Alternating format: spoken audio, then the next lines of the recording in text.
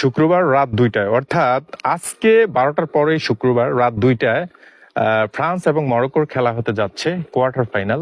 এই খেলাটায় আসলে প্রেডিকশন দিব আমরা ভাইরাল দেলোয়ার কাকাকে নিয়ে।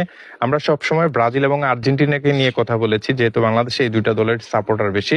আমরা ফ্রান্স এবং মরক্কোর খেলায় কি হতে পারে সেটা আমি কাকার কাছ থেকে জানার চেষ্টা করব। কাকা, আমরা তো ব্রাজিল এবং আর্জেন্টিনাকে নিয়ে সবসময় কথা বলতেছি, আজকে ফ্রান্স এবং মরক্কো নিয়ে কথা বলার চেষ্টা করছি। আপনার কাছে কি মনে হয়, ফ্রান্স এগিয়ে থাকবে নাকি মরক্কো এগিয়ে থাকবে? দেখেন, ফ্রান্স আর মরক্কো খেলা 13 থেকে 14টা মনে করেন যে আপনি মুসলিম রাষ্ট্র চলে গেছে, মানে একটা দল আছে। আমি মনে করি, মানে আমার বুঝে কয় আর কি, যে মরক্কোর সাপোর্ট প্রত্যেকটা মানুষই করুক, আচ্ছা মুসলমান হিসাবে। আচ্ছা আচ্ছা, হ্যাঁ, প্রত্যেকটা মানুষ সাপোর্ট করুক মুসলমান হিসাবে। দিন শেষে খেলা হইলে মনে করেন যে জিতার সম্ভাবনাই বেশি কে আপনার ফ্রান্স।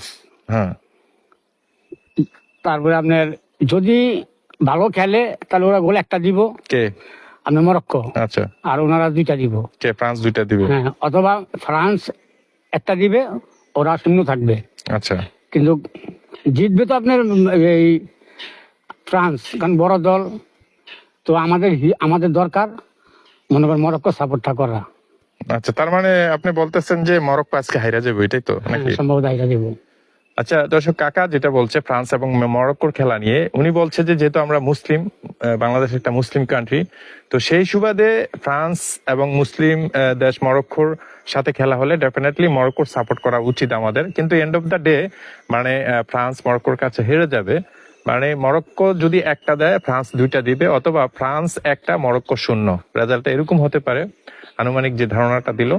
তবে এই ছিল বিষয়, দেখা যাক আসলে কি হয়। তো সকলের সাথে থাকুন, ধন্যবাদ।